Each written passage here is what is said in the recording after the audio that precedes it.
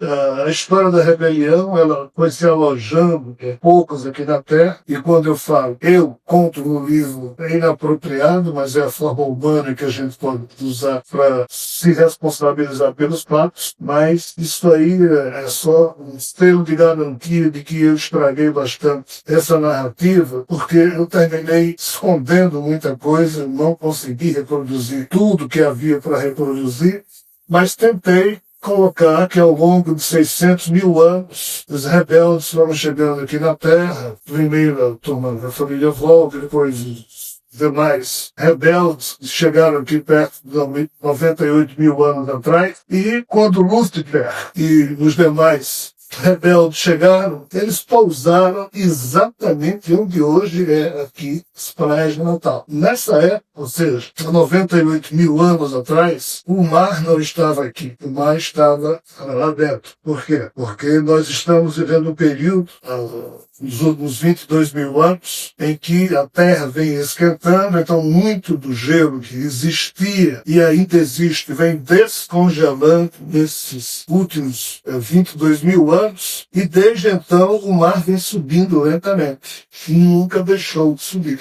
Estaciona durante alguns séculos, sobe, estaciona, e mais, com a quantidade de gás carbônico aí na atmosfera, esse processo agora se acentuou e o mar está subindo, e isso faz com que ele avance sobre o litoral. Então o litoral, que hoje a gente passeia aqui em Natal, em Recife, em João Pessoa, nessa época, cerca de 98 mil anos atrás, ele era uns bons 20, 30, 40 quilômetros dentro do que hoje é o mar. Em outras palavras, o mar, nessa época, estava lá, uns bons 20, 30, 40 quilômetros de onde hoje se situa. Então, essa região toda aqui, que quando a gente chega na via costeira, ali no alto da Getúlio Vargas, que observa o mar, tudo aquilo era, nessa época, duna, do jeito que é hoje, na parte que o mar ainda não cobriu. E essas naves, as mastras, pousaram exatamente aqui nessa região. Isso foi 98 mil anos. Com o tempo, elas foram se desgastando, mas diversos outros prédios, não no estilo que a gente hoje chama de prédio, vamos chamar de edificações, foram construídas nessa região que foi conhecida como Base Atlas. E o fato é que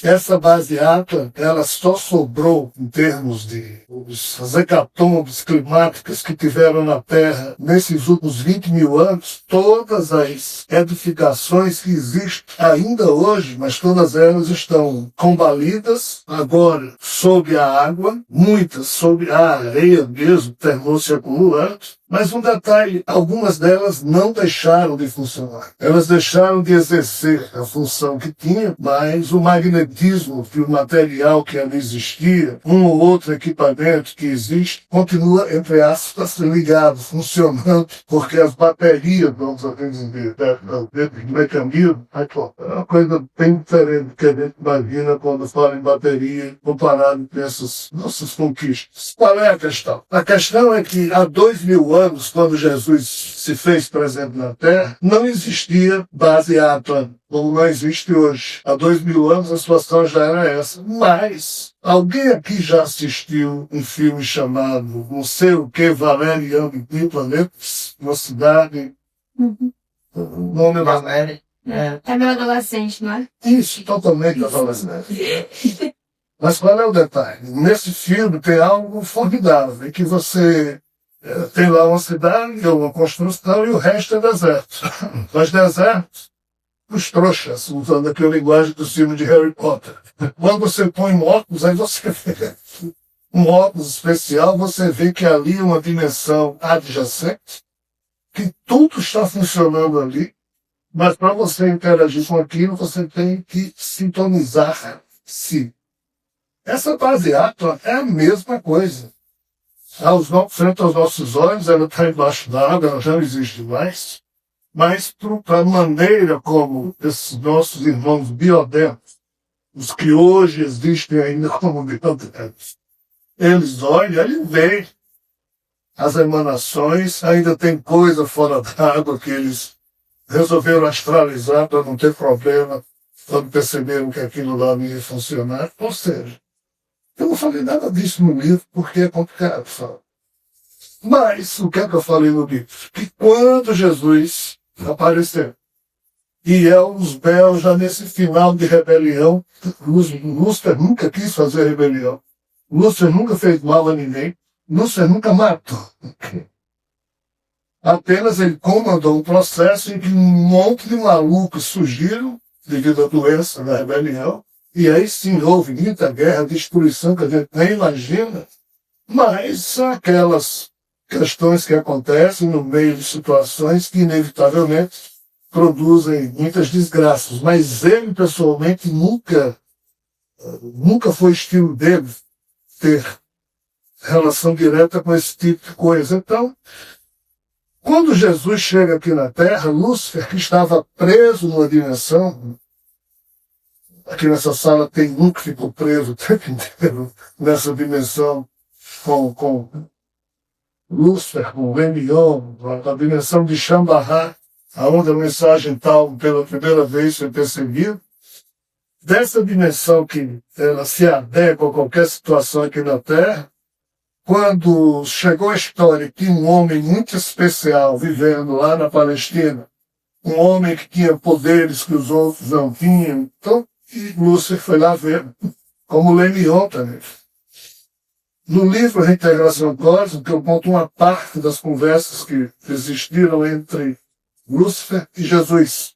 Porque Jesus, mesmo estando sendo um homem, como outro qualquer, ele percebia Lúcifer. Cada vez que Lúcifer se aproximava, Lemion se aproximava, ele percebia.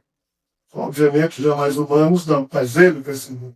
E conversava mentalmente, porque eles, ou seja, Elzebel e Lemion, conversavam com Jesus, procurando descobrir quem ele era. Nessas contendas que ocorreram, Lúcifer não conseguia mais retomar o contato com os seus companheiros que estavam nessa dimensão. Mas o que é que ele fazia? E isso eu digo no livro. Ele se escondia nas ruínas da base átomo, mas que não estão disponíveis para os nossos olhos, mas para ele e para os outros biodeus está e ainda estão. Então, para eles é uma realidade simultânea, paralela com a nossa. Então, ele ficava ali. E Lemion muitas vezes veio atrás dele, porque nessa época Lemion ainda se situava como sendo alguém que seguia Lúcifer, mesmo sabendo que Lúcifer não queria mais comandar coisa alguma. Nesse ponto da história, Lúcifer, Lemion, deixam registrados aqui, numa coisa bem perto de Natal, na verdade, muito próximo à praia de Cotovelo, onde hoje é a praia de Cotovelo, eles deixaram registrados o produto dessas conversas, o produto dessas questões que foram repassadas, e parte delas eu coloquei no livro. E assim, o homem Jesus, na época, não pôde vir aqui, mas uma das primeiras coisas que o Espírito de Jesus e a sua forma cósmica chamada Sofia fizeram após a morte do homem Jesus foi vir resgatar os arquivos memoriais de tudo que se passou entre Lúcifer, Lemion, ou seja, Satã e Jesus, que estavam e estão postos aqui. Aqui embaixo ninguém sabe disso. Na espiritualidade isso é plenamente conhecido. Que nessa ponta aqui do continente da América do Sul, há uma coisinha, na verdade é mais de uma, onde lá resiste ao tempo um conjunto de informações magnetizadas em equipamentos que não pertencem ao nosso espaço-tempo, mas estão inseridos no nosso espaço-tempo e existem, ainda que a gente não se perceba. E assim, lá na espiritualidade, doutor Silva Santos, os espíritos que participaram, repito, não da vida de Jesus como um todo, mas principalmente dos últimos tempos da vida de Jesus, dos últimos momentos, Eu diria mais precisamente para o senhor, uns 4 ou 5 meses antes de Jesus ser crucificado, houve aquilo que eu tento descrever nos livros, no livro chamado O Enigma da Transfiguração de Jesus. Jesus, até esse encontro que ele teve com os tais anjos no momento da transfiguração, ele nunca havia falado que iria morrer. Mas, como ele não assumia a função para a qual as escrituras judaicas, ali estava apontado que ele nasceu para ser aquele Messias, o Messias que iria usar os poderes paranormais que ele tinha. Primeiro para libertar os judeus do Império Romano. Depois para dominar o Império Romano, depois para dominar a terra inteira, para assim conduzir os humanos para uma nova situação de submissão a Javé, que é o Criador, pois que Javé havia perdido o controle sobre a humanidade desde o episódio de Adão e Eva, usando esse viés para a gente poder estabelecer um raciocínio lógico. Então, quando Sofia, que havia dado de si a sua principal sequência genética, para que esta fosse inoculada em Maria, pois que assim foi feito, a inseminação artificial em Maria, Sofia, ao ceder a sua sequência, a área principal da sua sequência, para nascer na terra como homem, para atender uma obrigação imposta entre Vishnu e Brahma, que também chamamos de Javé. Então, o Jesus, enquanto esteve vivo, fez com que Sofia ficasse meio estacionado, porque ele dependia daquela sequência genética que estava no corpo de Jesus. O Jesus, em algum momento, ele soube disso. E ele soube disso na transfiguração, ou seja, no contato em que ele teve com os anjos, porque os tais anjos disseram: a gente quer falar com você. Por quê? Não, a gente quer falar com você. Por isso que ele mandou os apóstolos ficarem embaixo de uma montanha, subiu com 3 dos apóstolos, mandou Pedro, João e Tiago armarem tendas, e ele ficou ali meditando. As naves chegaram. O que é que os caras falaram com ele? Ei, você não está cumprindo. Ei, bro.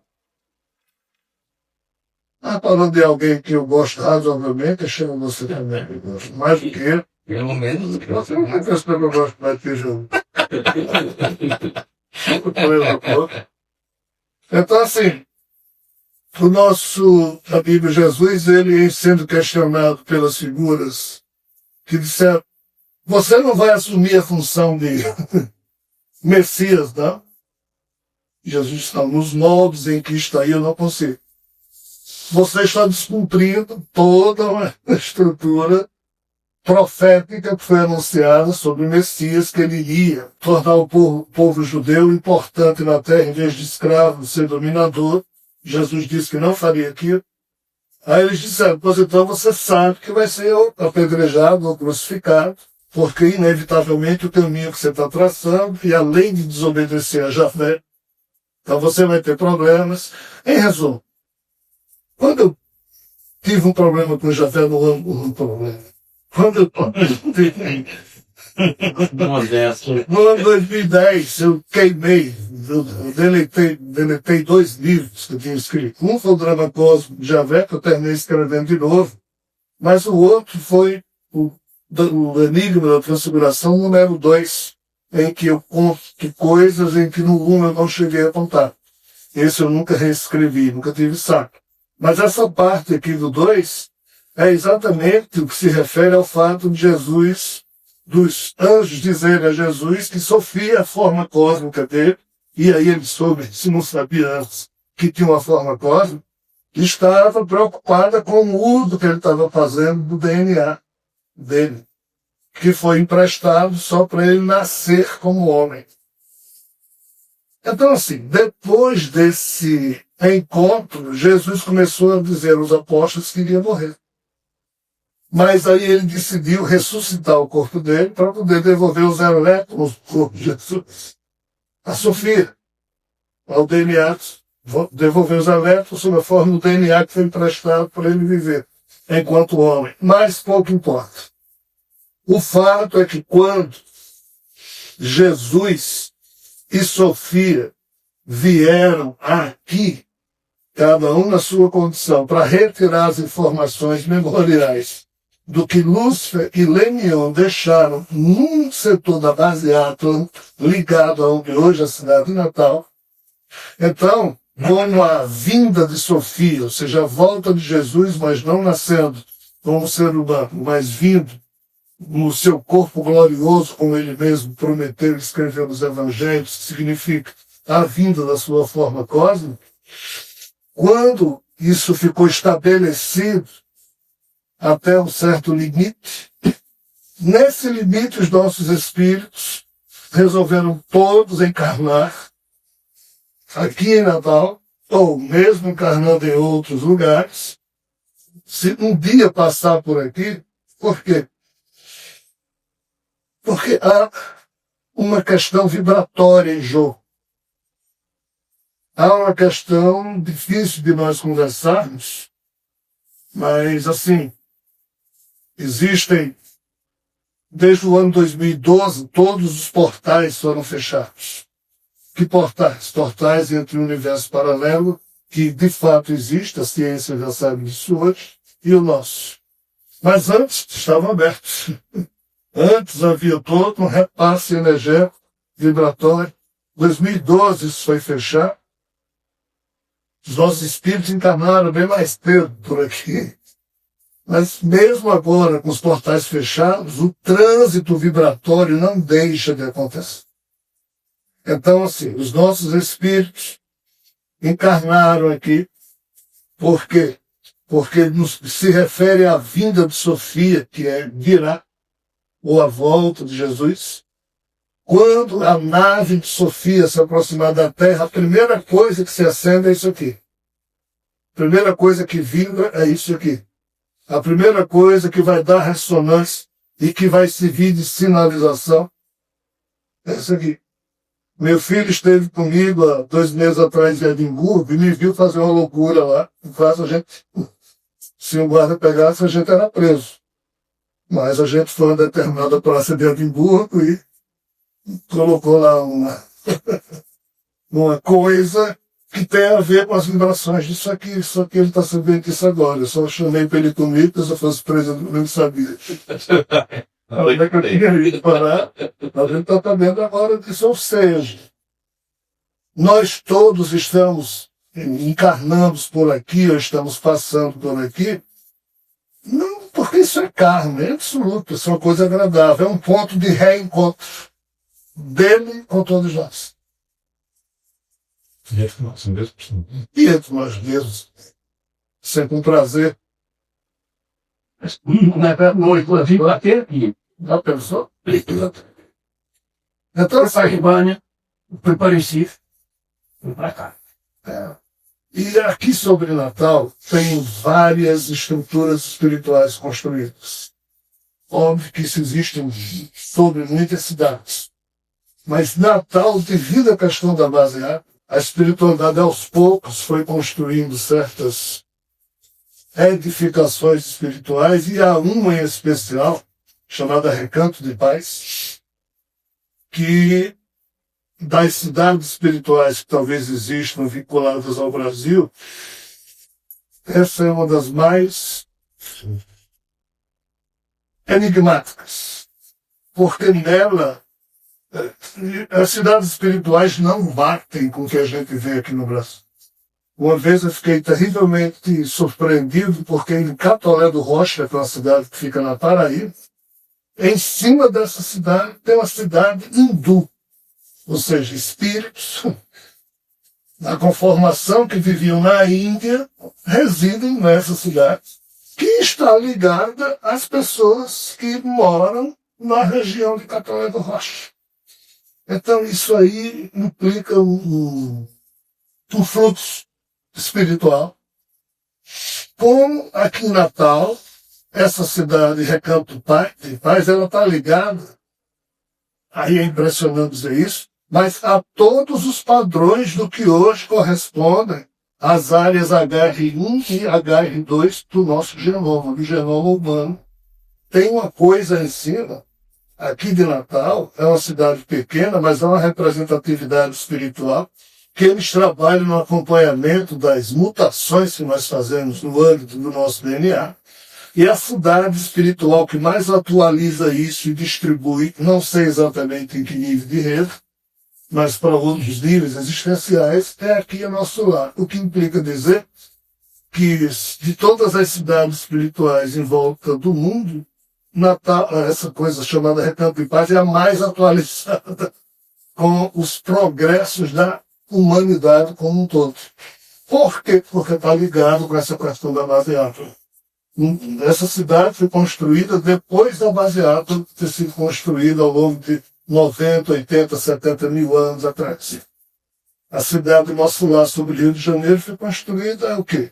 No século XVII, XVIII, quando europeus vieram morar aqui no Brasil, foram desencarnando e foram se reunindo nesses níveis astrais e resolveram construir a cidade do nosso lar, em termos de vinculação vibratória com a cidade do Rio de Janeiro.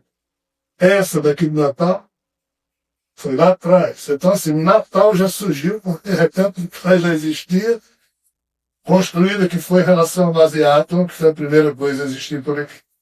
E sobre a base átomo, concluindo, eu tinha dito a mim mesmo que eu só iria escrever esses 3 livros, a trilogia Terra Plana, Sinal do Ano Zero, a Frota Norte e o Era Sax. Mas como eu deixei muita coisa de fora, e uma amiga de um casal amigo nosso esteve em Machu Picchu e tirou lá umas fotos de um museu que existe no chão, em alto relevo, e ela percebeu que lá tem o relevo da América do Sul e ao lado do Rio Grande do Norte uma coisa no mar que ela não sabia o que era.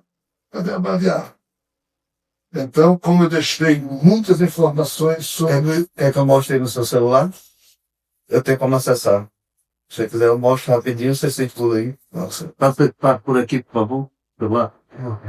Não, tudo bem. Tudo bem. existe o Valeno, que é uma porra, é inteligente, é real por trás dessa trilogia, que é um ser biodemo, que vive hoje numa cidadela lá disfarçada de ilha flutuante sobre o mar entre a Islândia e a Irlanda, chama-se Alto Langron, onde eles vivem. Esse ser me disse que eu tinha deixado tanta coisa de fora que algumas coisas precisavam ser feitas. Então, a primeira coisa que ele disse, nós conseguimos repassar para você a mensagem tal, você compreendeu a mensagem tal, mas nós não respondemos a mensagem tal. E tem muito ser preso ainda há mais de 6 bilhões de anos, no nível de interseção entre Brahmaloka e Guloka, ou seja, entre esses 2 universos que foram gerados a partir da criação de Javé, e responder a mensagem tal é algo fundamental para uma quantidade impressionante de seres chamados Fevães. E ele disse, se você não fizer na sua vida, não vai ser feito. Então, o 4º livro que eu vou ter que escrever a partir desse assunto. Mas aí, como eu também não expliquei a questão do processador Vol, com essa marcação magnética dessas informações que Jesus recuperou, o Espírito de Jesus, ou o próprio Sofia, na sua forma cósmica, de Lúcio Elemion, e como há uma série de histórias que envolvem a nossa presença biodêmica aqui na Terra, há muito tempo atrás, inclusive o fato da Lua ser um satélite falso, porque não é satélite da Terra, é toda uma história. Então tem tanta coisa que Valeno disponibilizou no campo das informações, que eu conheço, porque ele me passou, mas por falta de tempo, comodidade, ou mesmo covardia de minha parte, eu nunca escrevi sobre isso. Então, devo escrever, se Vila restar esse corpo, talvez mais 3 livros sobre o tema dessa trilogia. Um deve chamar o livro de Valeno, que é a resposta à mensagem tal. O outro é só sobre a base Atlas. E um outro, que eu já esqueci, mas deve ser sobre o processador família Vol e a história de diversas figuras vinculadas a ele, processador, inclusive um deles chamado El Brasil, que foi o nome desse cara que tornou-se na Irlanda o nome de uma ilha, High Brasil, que quando os templários começaram a buscar essas ilhas afortunadas, eles queriam comprar High Brasil. O nome que nós temos hoje no Brasil não tem nada a ver com o Brasil, tem a ver com essa história. Então são histórias que só tomando muita cachaça para ver Então aí, e era o Dom Bruno que às vezes aparecia, que era a famosa ilha de São Brandão. Então assim, deu uma pista,